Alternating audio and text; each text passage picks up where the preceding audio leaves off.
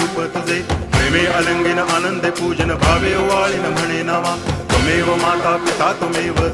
बंधुश्च सखा त्वमेव